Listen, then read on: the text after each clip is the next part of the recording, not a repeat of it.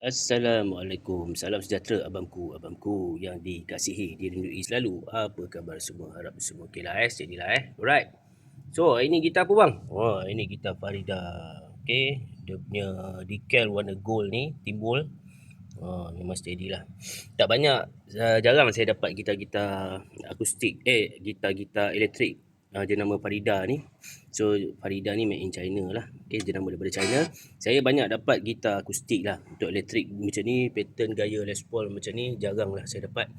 So nampak dia ada binding, okay, 5 layer ni, 5 layer, dan dia ada belly cut kat sini. Memang tune lah bang, tune habis lah. Right. So British Wilkinson wrap around. So yang ni knob dia saya dah buka dah. Ni knob dia ni. Okay, ini owner dah tukar. Owner Mr. Ken Mr. Ken. Okay, owner dah tukar pickup Zimmer dan Kern ni. Right.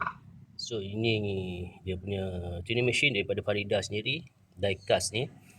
Okay, just nice. Dia neck through body. Oh, ini paling saya suka ni. Kalau neck through body memang macam ni saya suka lah. Sedap nak solo. Tapi cuma dia punya problem dia ni lah, owner buat DIY ada tak jadilah So tak apa, dia kata apa nama ni, dia minta saya tolong lah untuk tukar port dia semua ni, buat wiring balik lah. Okay, tapi walau macam mana pun syabaslah buat saudara Ken. Sekurang-kurangnya beliau mencuba. Keberanian tu bukan semua orang ada bang. Nampak dia cuba juga bang, nampak tu. Walaupun apa nama ni, ada kesan-kesan sedikit macam ni, tapi saya pujilah sebab beliau cuba juga untuk buat wiring. Bukan senang bang nak mencuba. So daripada kegagalan tu kita dapat tahu mana silap kita. Right. So saya nak buat wiring balik gitar ni.